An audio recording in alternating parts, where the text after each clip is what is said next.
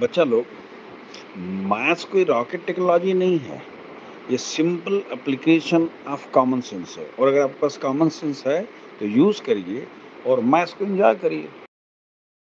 Dear students of class 10, we are going to take up question number 7 of sample question paper. जैसा मैंने बताया था कि हम लोग क्या कर रहे हैं, क्वेश्चन तो हम लोग ले ही रहे हैं, लेकिन क्वेश्चन के साथ हम लोग 3 और क्वेश्चंस देख रहे हैं और डिफरेंट कॉन्सेप्ट्स को भी हम लोग साथ साथ डिस्कस करते चले जा रहे हैं। जितने तरह के कॉन्सेप्ट उस टॉपिक से आ रहे हैं उस तरह के कॉन्सेप्ट्स को हम लोग एक दो क्वेश्चंस भी करने की कोशिश कर रहे हैं, सो दैट आपका रिवीजन भी हो जाए और साथ साथ आपके क्वेश्चंस भी डिस्कस हो जाए। देखिए, जो क्वेश्चन है, क्वेश्चन नंबर 7 में है कि there is a point X Y and the question goes like this: a point xy is at a distance of 5 unit from the origin. How many such points lie in the third quadrant? ध्यान रखिए क्या बोल रहा है, X Y as a distance of 5 unit from the origin. देखिए, अगर हमारे पास हम ऐसे बात करते हैं तो हम कहते हैं कि ये एक्स एक्स डैश है, ये वाई वाई डैश है, ये फर्स्ट क्वाड्रेंट है, याद है ना, रिपीट देख लीजिए, सेकेंड क्वाड्रेंट है, थर्ड क्वाड्रेंट है, और ये क्या है, फोर्थ क्वाड्रेंट है। तो कह रहा है कि 5 यूनिट के डिस्टेंस पर, किस में, थर्ड क्वाड्रेंट में। तो 5 यूनिट मतलब ये ओरिजिन है, ओरिजिन से अगर 5 यूनिट हम ये मानते हैं तो यहाँ पर हमारे पास एक पॉइंट क्या है, एक्स वाई है। तो ये पूछ रहा है कि ये बताइए कि थर्ड क्वाड्रेंट में how many such points will be there. सोचने की बात है, 0 1 2 पॉइंट ओ से 5, अगर ये कितनी डिस्टेंस है बेटा, 5 है, तो कितने ऐसे पॉइंट्स होंगे, ये सोचने की बात है। यहां से अगर हम 5 यूनिट पर देखते हैं तो क्या एक ही है, क्या नहीं। अगर आप इसको घुमाना शुरू कर दोगे तो यहां से यहां तक ये जितने भी पॉइंट्स होंगे ऐसे ऐसे, तो कितने पॉइंट्स होंगे, 0 होगा, 1 होगा, 2 होगा, इनफाइनाइटली मेनी होगा, कितना होगा, there will be infinitely many points. तो आंसर तो इसका ये हो गया। लेकिन इसके साथ जो हम आपको एक कॉन्सेप्ट देना चाहेंगे, ये कॉन्सेप्ट ये है, ये कॉन्सेप्ट इसका क्या हुआ, कॉन्सेप्ट ये है कि अगर इस पॉइंट एक्स वाई को हम ओरिजिन के अराउंड चारों तरफ घुमाते हैं तो क्या मिलेगा आपको, you will be getting a circle. Circle क्या होता है, circle is the path or the locus described by a point, क्या, moving around a fix point at a constant distance. तो यहाँ कांस्टेंट डिस्टेंस कितना है बच्चों, यहाँ कांस्टेंट डिस्टेंस है 5। इसका मतलब ये हुआ कि अगर भाई, ये क्वेश्चन आपका पहला खत्म हो गया, अब हम जो कांसेप्ट बता रहे हैं वो देखिए कि अगर आपके पास इस तरह से एक ऐसे घुमा दीजिएगा तो क्या मिलेगा, you will be getting a circle whose radius is 5 and center is at the origin 0 0। तो अगर बाई चांस आपसे ये नहीं क्वेश्चन पूछता, क्वेश्चन ये पूछ देता कि भाई बताइए कि अगर ये सेकेंड क्वाड्रेंट में, तो भी इनफाइनाइट पॉइंट। कहता है कि अगर इस 5 की डिस्टेंस पर लेकर के और एक पॉइंट क्या कर रहा है, चारों तरफ घूम रहा है, तो भी इनफाइनाइट हो जाता। अगर आपसे ये क्वेश्चन पूछता कि कौन सा फिगर बनेगा, तो हम बोलेंगे सर्किल बनेगा। जो फिगर बनेगा तो उसका रेडियस कितना हो गया, तो हमने कह दिया उसकी रेडियस 5 हो गई। उसका सेंटर कितना हो गया, 0 0 हो गया। You are able to understand. So ये बेसिकली क्या है, ये सिर्फ पॉइंट का क्वेश्चन नहीं है, बल्कि ये क्या हो गया, ये उस लोकेशन को भी दिखाने के लिए हो गया कि हाँ भाई कैसे किसी पॉइंट को हम लोकेट करते हैं। ठीक है, कि एक क्वेश्चन हम आपको दे रहा है, कह रहा है कि ये बिल्कुल डिफरेंट क्वेश्चन है। ये क्या हो गया, जो पिछला क्वेश्चन है वो तो है ही, लेकिन साथ साथ एक कोऑर्डिनेट ज्योमेट्री का भी एक क्वेश्चन है।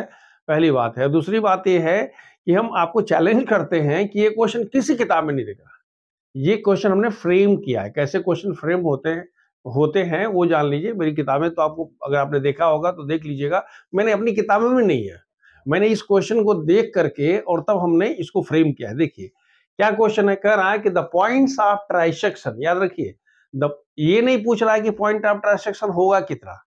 आपसे क्या पूछ रहा है, आपसे पूछ रहा है कि the points of trisection of the line segment joining -6 0 and 0 6 will lie in the first quadrant, second quadrant, third quadrant and fourth quadrant. देखिए इसमें कॉन्सेप्ट जरूरी है, ये नहीं पूछ रहा है कि क्या है कि भाई हमारे पास पॉइंट ऑफ होगा क्या। अब जहां पॉइंट ऑफ ट्राइसेक्शन एक बच्चा देखता है, तुरंत उसको बैठ बैठ के निकालना, ये तो पूछा ही नहीं है, आपसे तो पूछा ही नहीं गया कि पॉइंट ऑफ ट्राइसेक्शन क्या होगा। पहले आप ये देख लीजिए कि ये पॉइंट्स होंगे कहां। अगर हमारे पास एक्स एक्स डैश है, ये वाई वाई डैश है, ये ओरिजिन है, यहाँ एक पॉइंट है क्या, -6 0, और एक दूसरा पॉइंट क्या है, 0.6 है। क्लियर हो गया, -60 यहाँ होगा, 0.6 9 में आपने पढ़ा होगा, तो अभी देख लीजिए कि इतना होगा। तो अब अगर इसके लाइन सेगमेंट की हम बात सोचते हैं, तो चाहे पॉइंट आप ट्राइसेक्शन कहिए, चाहे उसका मिडिल पॉइंट कहिए, जो भी होगा यही होगा ना भाई। So it will be in which quadrant, it will be in the second quadrant. मतलब क्या हुआ, आपसे ये नहीं पूछ रहा है कि उसको निकालिए, आपसे सिर्फ पूछा किस क्वाड्रेंट में होगा, तो हमने कह दिया भाई इट विल बी इन दी क्या, सेकेंड क्वाड्रेंट। समझ में आ रही बात।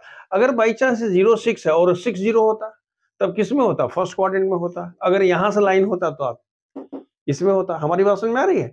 मतलब ये हुआ कि आपको क्वेश्चन को ध्यान से पढ़ना है और तब अकॉर्डिंगली डिसाइड करना है कि हमको क्वेश्चन का जवाब क्या देना है। ये नहीं कि पॉइंट ऑपरेशन देखे शुरू हो गए। अगर आप इसको निकाल लीजिएगा तो भी सही है, तो भी आपको पता चल जाएगा कि किस कॉर्नर, लेकिन वो तो बिना मतलब that is a futile exercise, उसकी तो जरूरत ही नहीं है, पूछा ही नहीं गया है। क्लियर है। अब देखिए एक बड़ा इंटरेस्टिंग क्वेश्चन है, फिर पुनः मैं कहूंगा कि ये क्वेश्चन बिल्कुल नया क्वेश्चन है, किसी किताब में नहीं है, लेकिन कैसे क्वेश्चन फ्रेम होते हैं आपको धीरे धीरे अब मेरे साथ आपको पढ़ने का और मेरे साथ यात्रा करने से आपको धीरे धीरे अब समझ में आना शुरू हो जाएगा कि सोचते कैसे हैं, क्वेश्चन कैसे फ्रेम होते हैं, याद रखिए। और इसी तरह से क्वेश्चन बनते हैं। हम ये नहीं आपको बता रहे हैं कि मुझे आइडिया कहाँ से आया, काफी दिन तक मैं सीबीएसई में सब्जेक्ट एक्सपर्ट रहा हूँ, तो बस इतना ही कहिए, इससे अधिक आगे मैं नहीं कुछ बोलना चाहता हूँ, क्योंकि वो अनएथिकल हो जाएगा, unethical thing I don't want to do. तो देखिए प्रैक्टिकली क्या है कि आपसे क्या करें, origin is the meet point of. सबसे पहले तो आपको पता होना चाहिए कि ओरिजिन मींस व्हाट, 0 तो हमको देखना ये है कि भाई ओरिजिन जो है किन दो पॉइंट्स का मीट पॉइंट है। Meet point means what, x1, याद है। मैं फिर वही आपको कंसेप्ट दे रहा हूं, ये एक कंसेप्ट हो गया क्या। मीट पॉइंट कैसे निकालते हैं जी, मीट पॉइंट होता है x1 plus x2/2 and y1 plus y2/2। किसका मीट पॉइंट है, ये x1 y1 और x2 y2 का मीट पॉइंट यही होता। क्या होता है, x1 plus x2/2 y1 plus y2/2। Meet point यहां कह रहा है ओरिजिन है। ओरिजिन का कोऑर्डिनेट कितना होता है, टेस्ट हो गया आपका कि ओरिजिन आपको पता भी है कि ओरिजिन का कोऑर्डिनेट कितना होता है, 0 तो आपने कर लिया। अब देखिए सीधे सीधे यहां तो 0 हो रहा है, लेकिन 0 + 2 1 हो गया। देखिए 0 - 3 खत्म, दूसरा रखने की जरूरत ही नहीं है। क्यों, क्योंकि हमको पहला वाला 0 चाहिए। यहां देखिए -1 + 1 0 /2 0 -1 + 1। Is it clear. इसका मतलब क्या हुआ कि सी इज द आंसर। यहां देख लीजिए 1 - 1 0 तो है, लेकिन 1 + 2 3 है, 3/2 तो नहीं हो सकता, क्योंकि दोनों हमको 0 चाहिए। क्लियर है। अगर आप ऑब्जर्व भी कर लेते हो तो हमारी बात समझ में आ रही है, हम क्या बोल रहे हैं आपसे। हम बोल रहे हैं किसी क्वेश्चन को करते समय आपने ये कह दिया कि हमको दोनों एब्सिसा और ऑर्डिनेट माने फर्स्ट और सेकंड पोजीशन पर 0 ही चाहिए। हमने पहले वाले को देखा तो पहला तो ठीक है, लेकिन दूसरा वाला जो है 0 + 2, तो हम चाहें तो कोई जरूरी नहीं कि हम पहले वाले को देखेंगे, हम दूसरे वाले को भी डायरेक्ट दे सकते हैं। जैसे इसमें देख रहे हैं तो -3 0 हुआ, तो हम दूसरे वाले के बारे में सोचेंगे नहीं, हम बिल्कुल आगे बढ़ जाएंगे, टाइम ही तो बचाना है ना। बाकी तो मैंने आपको बता दिया है कैसे निकालते हैं। देखिए एक क्वेश्चन, फिर एक अच्छा क्वेश्चन आपको फ्रेम किया जा रहा है, नए ढंग से फ्रेम किया जा रहा है। वो ये है कि A03 O00 and B40 are the verses of a right angle triangle। Clear है। आपको ज्यादा सोचने की जरूरत नहीं है। आप यहां देखिए ये x डैश है, ये y डैश है, ये ओरिजिन होता है, ओरिजिन का कोऑर्डिनेट होता है 0 यहां तक तो ठीक है। एक पॉइंट क्या है, तो पूछ रहा है कि जो राइट एंगल ट्रायंगल बनेगा उसका हाइपोटेन्यूज की लेंथ निकालनी है। अब ध्यान से देखिएगा, सबसे पहले हम कहते हैं कि ये a है और इसका कोऑर्डिनेट है 0 3 यही होता है। और दूसरा कोऑर्डिनेट क्या है जी, b है, b का कोऑर्डिनेट कितना है 40। तो आपके पास ट्रायंगल क्या बन गया, आपके पास ट्रायंगल बन गया AOB, क्योंकि तो 90 डिग्री होगा ही होगा। क्या पूछ रहा है, पूछ रहा है कि what is the length of the hypotenuse. सीधी सी बात है कि अगर ये कोऑर्डिनेट 0 3 है तो this distance is equal to how much, 3 होगा। इसका कोऑर्डिनेट अगर 40 है तो this distance is equal to how much, 4 हो गया, हो तो गया। तो अब अगर आपसे कोई पूछता है कि भाई आप बताइए AB इज इक्वल टू, तो हम लिखेंगे under root how much, 4² + 3² that is 16 plus 9 that is equal to 25 under root that is equal to 5। यानी कौन सा आंसर हो गया? ये वाला आंसर हो गया। मतलब ये हुआ कि सबसे पहले इसमें पॉइंट्स को लोकेट करने के लिए टेस्ट किया गया, फिर आपको ये पता होना चाहिए कि भाई इसको मिला देंगे तो राइट एंगल ट्रायंगल हो गया, इसकी लंबाई 3 होती, इसकी 4 होती है, ये हो गया, नॉलेज और अंडरस्टैंडिंग हो गई। अब एप्लीकेशन ऑफ किसका इसमें हो रहा है? देखिए क्वेश्चन कैसे बनते हैं, याद है आपको? क्वेश्चन बनते हैं बच्चों नॉलेज, अंडरस्टैंडिंग, एप्लीकेशन और स्किल, इसी 4 के आधार पर क्वेश्चंस बनते हैं। आप ध्यान कर रख लीजिएगा, क्या बनता है? नॉलेज, नॉलेज, दूसरा क्या है? अंडरस्टैंडिंग, आपको समझ में आ रहा है कि नहीं? तीसरा क्या है? एप्लीकेशन। जैसे इसमें ये हम ए बी की लंबाई कैसे निकाल लिए? कैसे निकाले? पाइथागोरस थ्योरम को अप्लाई करके। पाइथागोरस थ्योरम हमको क्या होता है? Hypotenuse square equal to under root A square, और उसमें जो वैल्यू रख करके देखे वो एप्लीकेशन हुआ। क्लियर हो गया? और नॉलेज तो आपका उसको पता ही है कि भाई यही पाइथागोरस, बात समझ में आ रही है?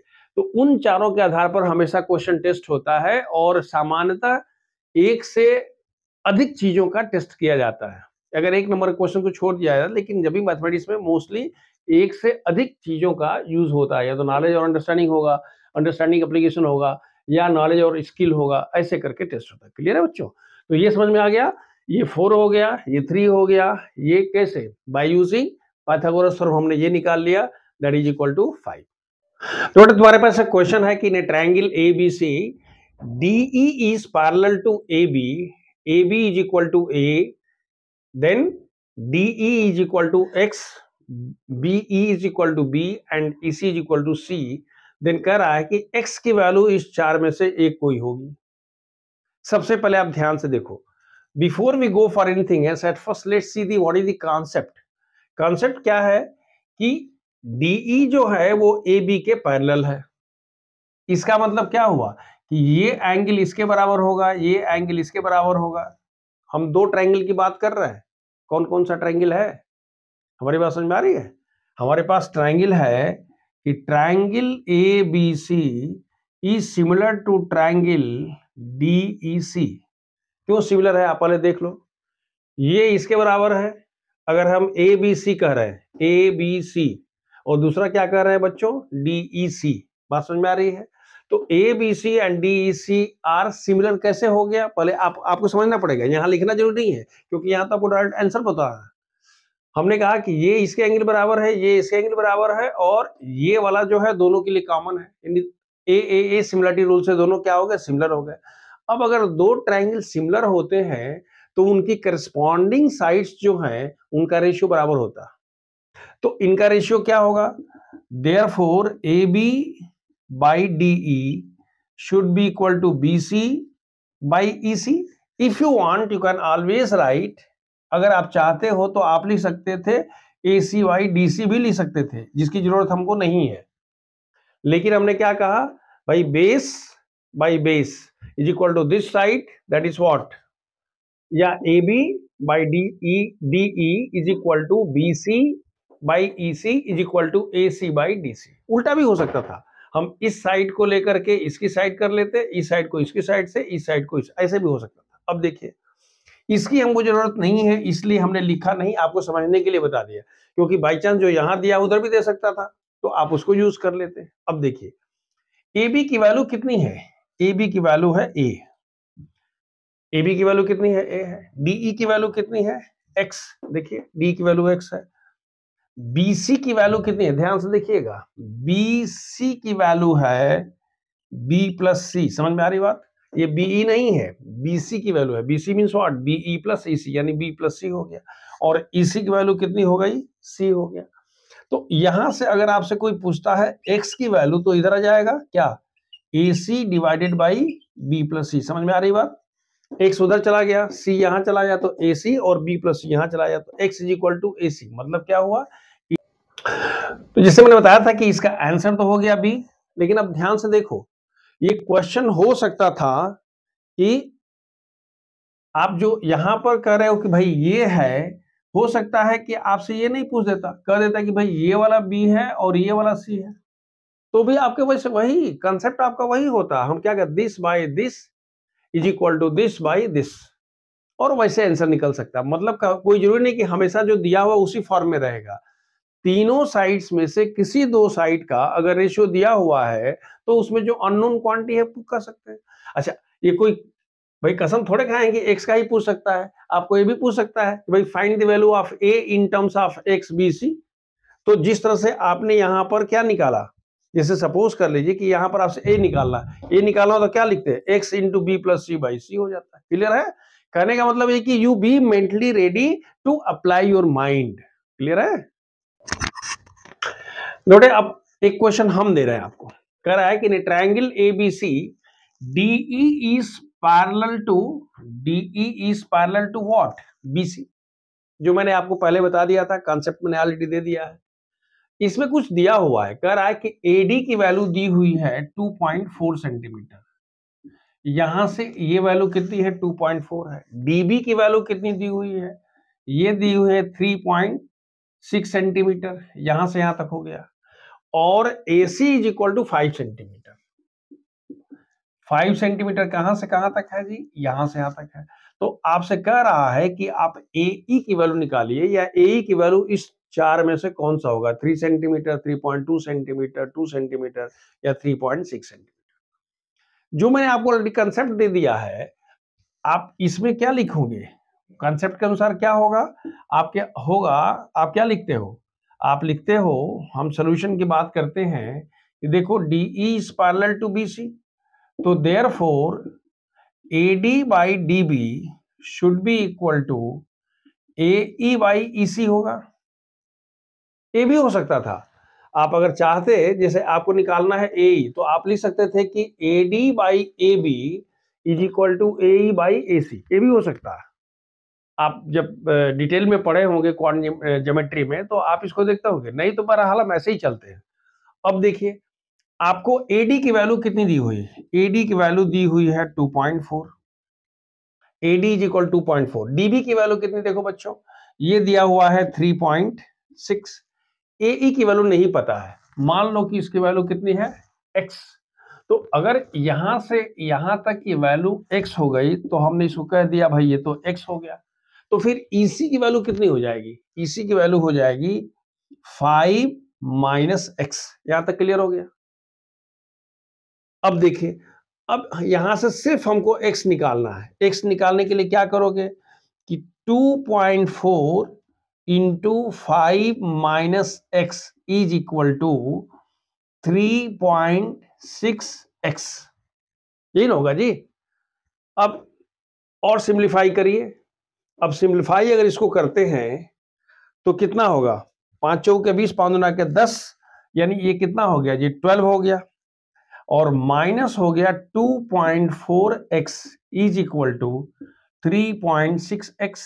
इसका मतलब ये हुआ कि 12 is equal to 3.6x plus 2.4x, यानी कितना हो गया जी 6x इज इक्वल टू 12 हो गया, यानी x is equal to 12 by 6 is equal to 2 centimetre हुआ। देखिए इसमें कौन सा 2 सेंटीमीटर है, ये 2 सेंटीमीटर हुआ। अब जो मैं आपको बताना चाहता था वो ये है कि कोई जरूरी नहीं है कि ऐसे ही होगा, अगर आप चाहते तो इसको ऐसे भी लिख सकते थे। क्या लिखते, आपको क्या निकालना है, AE निकालना है, तो आप उसको डायरेक्ट कर सकते थे कि AD by AB is equal to AE by AC। आप खुद करके देख लीजिएगा, AD का मान दिया हुआ है, AD का मान कितना दिया 2.4, और AB का मान क्या है 3.6 plus 2.4 is equal to 6। AE का मान कितना है निकालना है, AC का मान कितना थे 5, सिंप्लीफाई करके देख लीजिएगा, AE की वैल्यू निकल जाएगी। ये भी तरीका हो सकता था। देखो क्वेश्चन वही है, same question is given, triangle in triangle ABC DE is parallel to BC, लेकिन यहाँ क्या दिया है, कह रहा है कि यहाँ पर BD की वैल्यू दी है, देखो BD की वैल्यू दी हुई है और CE की वैल्यू दी है, इसकी वैल्यू दी हुई है। बात समझ में आ रही है, BD की वैल्यू है, CE की वैल्यू है, AB की वैल्यू है, AB की वैल्यू कितनी है जी, ये 2x है, यहां से यहां तक 2x है, यहां से वैल्यू है कितनी जी x माइनस 3 है, और सीई की वैल्यू कितनी है, x माइनस 2 है, और AC की वैल्यू है 2x प्लस 3। AC की वैल्यू कितनी है, ये 2x प्लस 3 है, यहां से यहां तक 2x प्लस 3 है। तो आपको x की वैल्यू निकालनी है, इससे आसान क्वेश्चन हो ही नहीं सकता है। आप डायरेक्ट लिख सकते हो कि देखिए, अगर करना होगा तो, नहीं तो आंसर तो डायरेक्ट निकलेगा। आप क्या लिखोगे, आप लिखते हो DE is what, parallel to BC, therefore triangle ADE is similar to triangle ABC। इनके सिमिलर हो गया। अब क्या करोगे, अब अगर ये सिमिलर हो गए तो कुछ नहीं होता है, इनका रेशियो बराबर होगा, साइड का रेशियो होगा या उनका डिफरेंस भी बराबर होता है। यानी अगर आप चाहो तो लिख सकते हो कि देयरफॉर AD कर सकते हो या DB भी कर सकते हो, ऐसा नहीं है कि हमको सिर्फ AD ही करना है। आप लिख सकते हो इफ यू वांट कि देखो this by this is equal to this by this, या this by this is equal to this by this, ये भी चल सकता है, बिल्कुल वही चलेगा, क्योंकि ये क्या है, वो तो दिस माइनस दिस है ना, इस साइड में से उसको घटा रहा है। तो आप डायरेक्ट लिख सकते हो कि देखो DB by AB should be equal to EC by AC।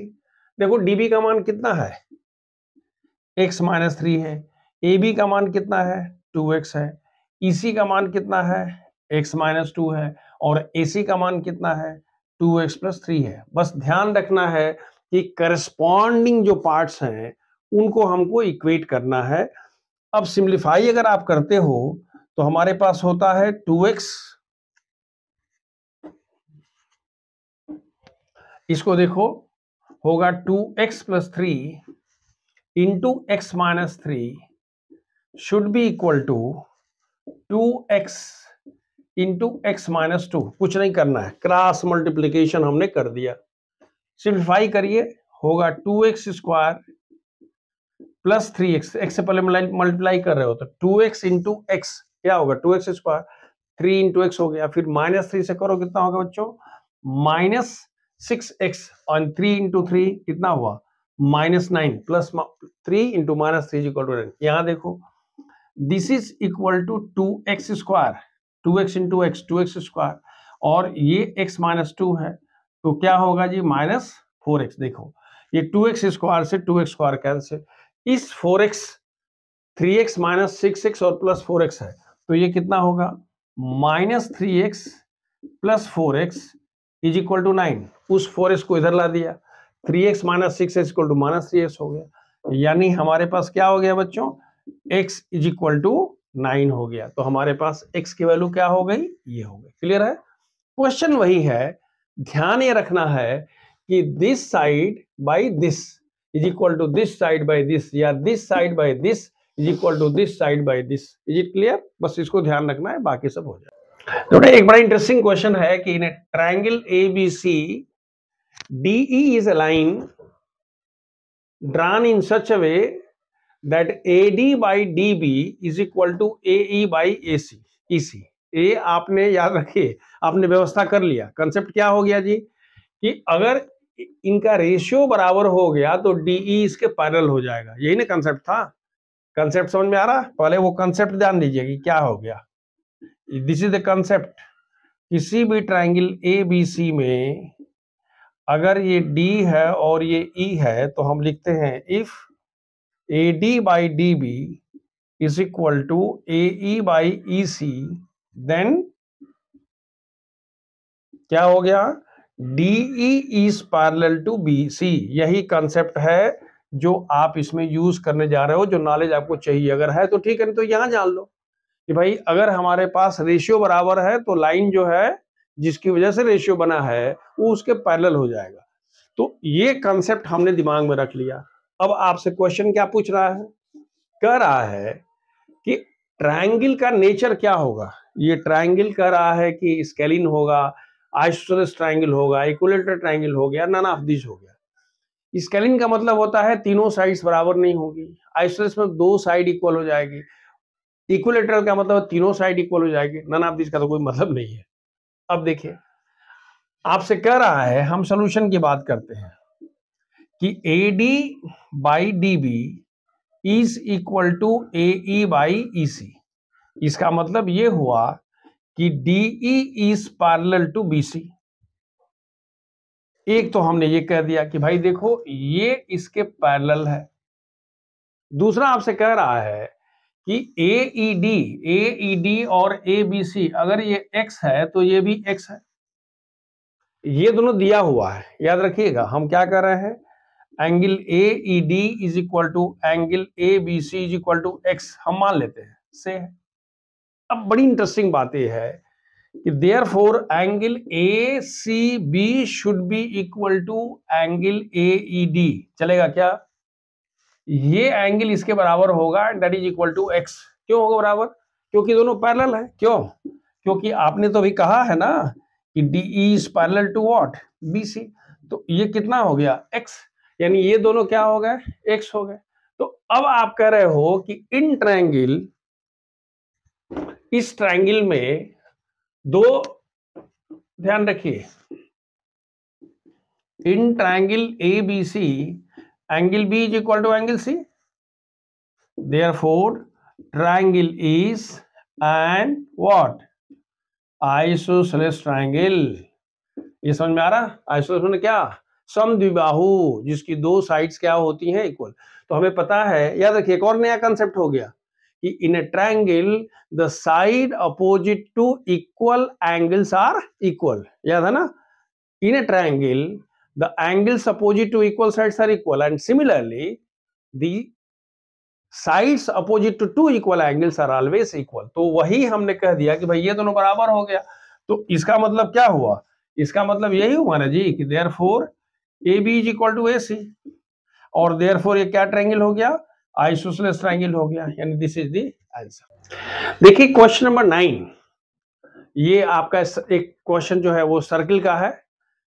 जो दो तीन कंसेप्ट यूज होंगे उनको हम बाद में करेंगे, पहले आप ये देखिए। कह रहा है कि O is the centre and a chord PQ makes angle of 50 degree with the tangent PR which touches the circle at point P। यानी ये वाला एंगल जो है वो 50 डिग्री है। याद रखिएगा, this angle is 50 degree, it's given. This angle is 50 degree, ये 50 डिग्री है। तो आपसे कह रहा है कि then what is the angle subtended by the chord PQ at. मतलब क्या हुआ? ये एंगल आपका कितना होगा?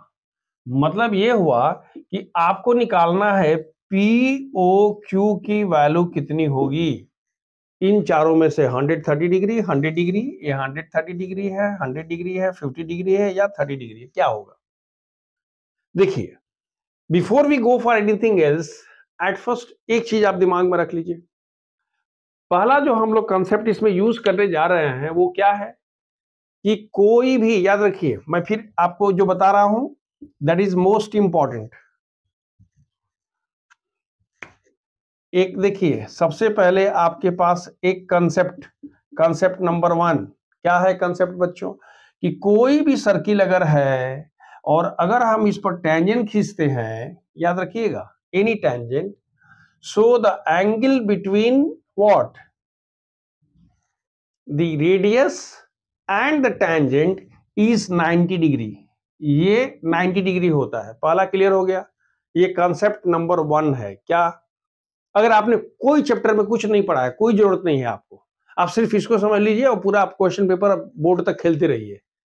क्या हमने बताया बेटा कि अगर ये इसका सेंटर है तो सेंटर से पॉइंट ऑफ कांटेक्ट, किसके? टेंजेंट के जो पॉइंट ऑफ कांटेक्ट को मिलाने वाला जो की रेडियस होती है वो टेंजेंट से 90 डिग्री पर होती है, यानी दोनों एक दूसरे के परपेंडिकुलर होते हैं। तो एक कंसेप्ट तो आपका ये हो गया। दूसरा कंसेप्ट आप ये ध्यान रख लीजिएगा, ये कंसेप्ट नंबर 1 था। दूसरा कंसेप्ट देखिए, कंसेप्ट 2 क्या है कि किसी भी ट्रायंगल में अगर दो साइड बराबर है तो उनके सामने की जो एंगल्स होते हैं ये आपस में बराबर होते हैं। अभी जो मैंने बता दिया था पहले भी कि in triangle if two sides are equal then the opposite angles are equal. ये दूसरी बात हो गई। तो ये दो अगर कंसेप्ट आपके पास जानकारी है या आपने कह दिया तो अब जो मैं कह रहा हूं आप ध्यान से देखिएगा, मैं कह रहा हूं कि angle O P R is equal to 90 degree हो गया। ये तो 90 डिग्री होगा, कोई दिक्कत नहीं है। O P R is equal to, क्यों? क्योंकि पी आर यदि ये क्या है बच्चों? टेंजेंट है। ये क्या है? रेडियस है। ओ सेंटर है, तो इसकी वैल्यू हो गई 90 हो गई। Therefore angle O P Q should be equal to 90 degree minus 50 degree, which is equal to how much? 40 degree. ये वाला जो एंगल होगा, ये वाला कितना होगा बच्चों? 40 डिग्री, क्योंकि वो 50 है या 40 होगा तभी तो मिला के 90 होगा जी। तो आपने कह दिया कि भाई ये एंगल हमारे पास क्या हो गया? 40 डिग्री हो गया। अब कहते हैं कि this implies that angle O Q P should also be equal to 40 degree. ये वाला एंगल भी 40 डिग्री हो जाएगा। अब बता सकते हो क्यों? ये 40 डिग्री क्यों होगा? क्यों? क्योंकि ये दोनों रेडियस है।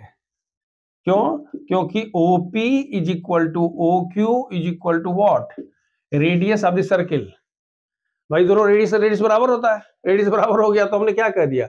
ये दोनों बराबर हो गया, यानी ट्रायंगल के, याद रखिए रेडियस वो है, उसका रोल खत्म जब तक हम उसको ट्रायंगल के रूप में यूज नहीं करते हैं। ट्रायंगल के रूप में जो ही आपने कह दिया कि भाई ये दोनों क्या है? साइड ऑफ ए ट्रायंगल है, दोनों रेडियस है, आपस में बराबर हो गए।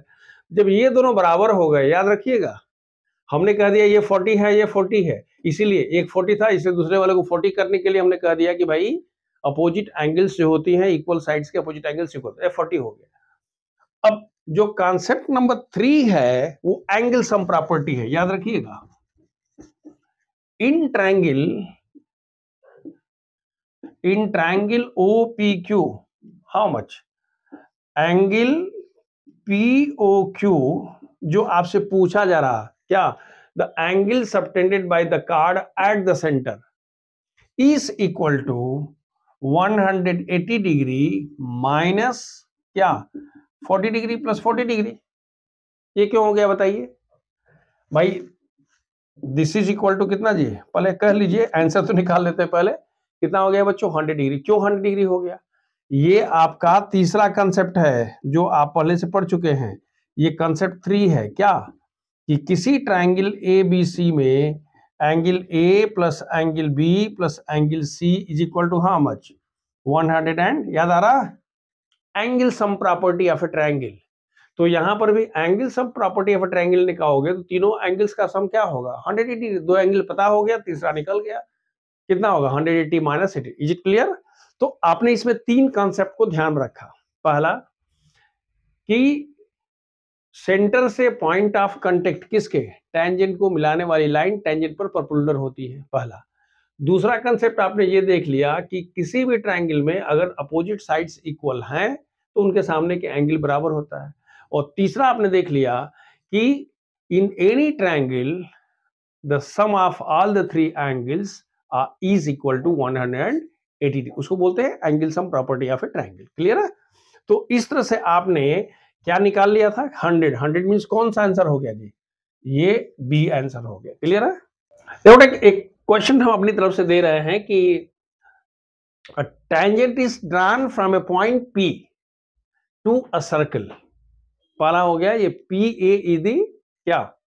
टेंजेंट है। AB इसका डायमीटर है। O इज द क्या है? O is the centre of the circle. And what is given? Angle POB is equal to 115 degree. ये वाला जो दे रहा है ये कि 115 डिग्री है। तो आपसे कह रहा है कि what is the value of angle APO, इसकी वैल्यू कितनी होगी? इन चारों में, तीनों में से कोई होगा या कोई नहीं होगा? यही आपके पास क्वेश्चन है। अब देखिए, ध्यान से देखिएगा। आप कह रहे हो कि भाई ये 100, अब देखिए हम दो कंसेप्ट की बात कर रहे हैं। एक कंसेप्ट हम ऑलरेडी बता चुके हैं कि एंगल PA, मैं सोल्यूशन की बात कर रहा हूं, angle PAO should be equal to 90 degree. ये कंसेप्ट हम लोग ऑलरेडी देख चुके हैं। This angle is equal to 90 degree. और angle POA is equal to 180 degree minus 115 degree. याद आ रहा? किसी भी लाइन पर अगर एक दूसरी लाइन खींचते हो तो दोनों क्या होते हैं? सप्लीमेंट्री होते हैं। दोनों एंगल्स का सम कितना होता है? 180 डिग्री होता है। याद है ना? वो लीनियर वाली प्रॉपर्टी जो होती है, छोटे क्लास में पढ़ा आपने। तो अगर ये 115 है तो इसकी वैल्यू कितनी हो गई साहब? ये हो गई 5 और ये हो गई 165 डिग्री। क्या क्या हो गया साहब? आपने कह दिया कि भाई देखो, ये जो वैल्यू है this one should be equal to, I am sorry, it is 65 degree. ये 65 डिग्री हो गई, कोई दिक्कत नहीं है भाई। ये 90 डिग्री क्यों? क्योंकि ये टेंजेंट है, इसलिए ओरिजिन से जो रेडियस जा रही है उस पर 90 डिग्री हो गया। ये 115 डिग्री तो कितना हो गया? ये हो गया 65 डिग्री, क्योंकि दोनों का मिलाकर के 180 डिग्री होना चाहिए। अब इन ट्रायंगल PAO में क्या होगा जी? तीसरा तो बच गया। हम कहते हैं कि angle APO should be equal to 180 degree minus 65 degree and plus 90 degree. वही एंगल सम प्रॉपर्टी जो हम ऑलरेडी बता चुके हैं कि sum of all the three angles of a triangle is equal to 180 degree. यानी हमारे पास हो गया 180 डिग्री माइनस 155 डिग्री, 9 × 15 155 डिग्री, यानी कितना हो गया बच्चों? 25 डिग्री। 5 7 1 8, ठीक है। यानी this is the answer. Clear हो गया? क्या क्या आपने कॉन्सेप्ट यूज किया? पहला यूज किया कि फिर वही 90 डिग्री होता है। दूसरा आपने कहा कि अगर ये एंगल सम प्रॉपर्टी नहीं बल्कि एक लाइन पर दूसरी खड़ी होती है तो हम कहते हैं दोनों क्या होता है? Linear pair axiom. यही ना होता है जी? क्या लीनियर पेयर एक्सियम है कि अगर एक लाइन है तो ये और ये दोनों एंगल का सम क्या होता है? If a line stands, if a ray stands on another line, then the angle subtended by the ray on the line makes what? 180 degree, यानी दोनों का सम 180। तो अगर 180 तो 115 है तो दूसरा निकल गया। अब इस ट्रायंगल में हम कहते हैं दो एंगल हो गया, तीसरा एंगल निकल सकता है भाई। क्या? Angle sum property of a triangle, माने sum of the three angles of a triangle is equal to 180 degree. So इस तरह से आपने कह दिया this one is equal to 25 degree. देखिए क्वेश्चन बड़ा इंटरेस्टिंग है कि two tangents are drawn from a point T to a circle and the tangents are TP and TQ. Angle O is the center of the circle. Angle POQ is equal to 110 degree. Then we are asked to find the value of this angle. मान लो कि ये x है. So what is the value of angle PTQ?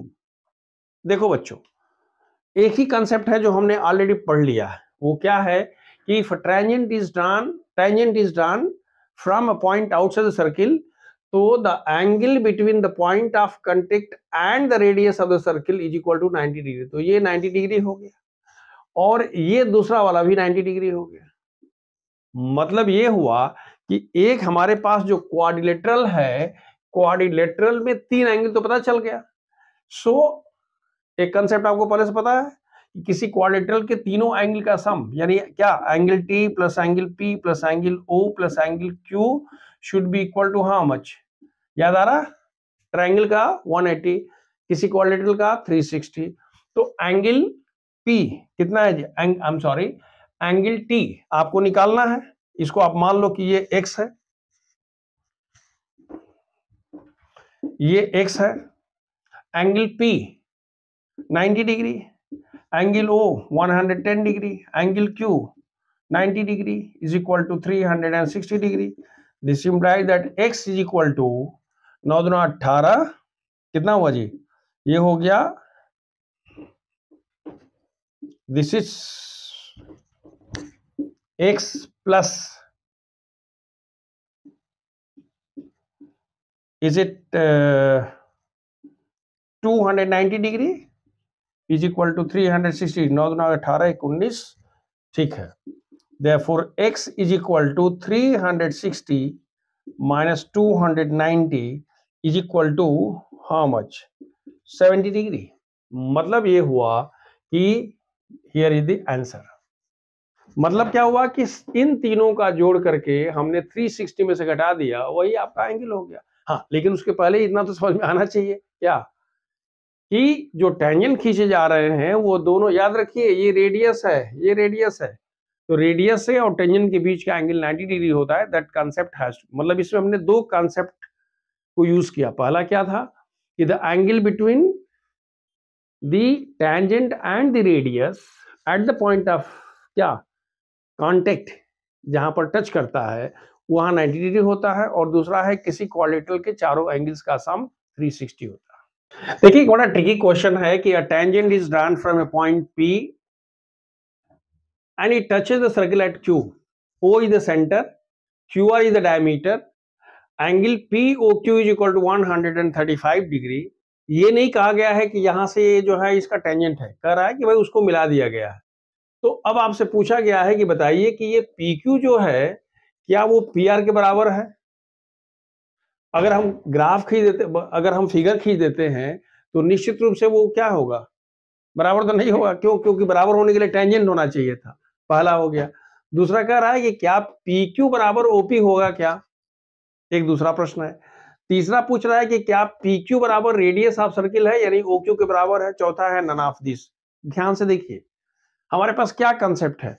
हमें पता है कि अगर ये 135 डिग्री है तो एंगल, याद रखिएगा, angle POQ is equal to 180 degree minus 135 degree is equal to how much, 45 degree. ये तो 45 डिग्री हो गया साहब। दूसरा, ये चूंकि यहाँ टेंजेंट है तो ये वाला एंगल कितना हो गया, 90 डिग्री हो गया। दो चीजें बिल्कुल क्लियर हो गई, ये 45 हो गया, ये 90 डिग्री हो गया। अब angle sum property of a triangle के हिसाब से याद रखिएगा हमने क्या लिखा, angle PQO is equal to 90 degree. क्यों? क्योंकि ये टेंजेंट है और ये रेडियस है। तो अब हमको बताइए कि एंगल OPQ की वैल्यू कितनी होगी जी। एंगल OPQ की वैल्यू होगी कितना, 180 degree minus 90 plus 45 which is equal to how much, 45 degree. यानी ये एंगल कितना हो गया, 45 डिग्री हो गया। अब ध्यान से देख लीजिए, हम जब अगर यहां पहुंच गए इस ट्रायंगल में, this angle is equal to this, तो इसके सामने की साइड क्या है जी, क्या क्या दो एंगल बराबर हो गए, हमारे पास दो एंगल बराबर हो गए। यानी angle P is equal to, या ऐसे लिख सकते हो कि angle OPQ is equal to angle POQ। OPQ and POQ ये दोनों एंगल आपस में बराबर हो गए, तो उनके सामने की साइड बराबर हो जाएगी। ये हम लोग ऑलरेडी पढ़ चुके हैं। तो देयरफॉर क्या होगा जी, OPQ के सामने का क्या है, OQ है, और POQ के सामने का क्या है, PQ है। यानी आपने क्या कह दिया, PQ is equal to OQ, और OQ बेसिकली क्या है, इसका मतलब ये हुआ कि PQ is equal to radius, क्योंकि ये OQ क्या है, रेडियस है। तो हमने कह दिया कि PQ is equal to radius of the circle. So this way we have seen here the questions. कहाँ कुछ थोड़ा सा क्वांटिटेटिव का देख लिया, फिर थोड़ा सिमिलरिटी ऑफ ट्रायंगल का देख लिया, और थोड़ा सर्किल का देख लिया। जो जो कॉन्सेप्ट्स हमारे पास थे उन सभी कॉन्सेप्ट्स को हमने एक्सप्लेन करके, हम आपसे चाहेंगे कि जो हम क्वेश्चंस दे रहे हैं इनके अलावा भी आप कम से कम 2-4 क्वेश्चंस अपने से बुक से या सैंपल पेपर से आप देख करके और प्रैक्टिस कर लेंगे, then your confidence level will go up. So thank you and God bless.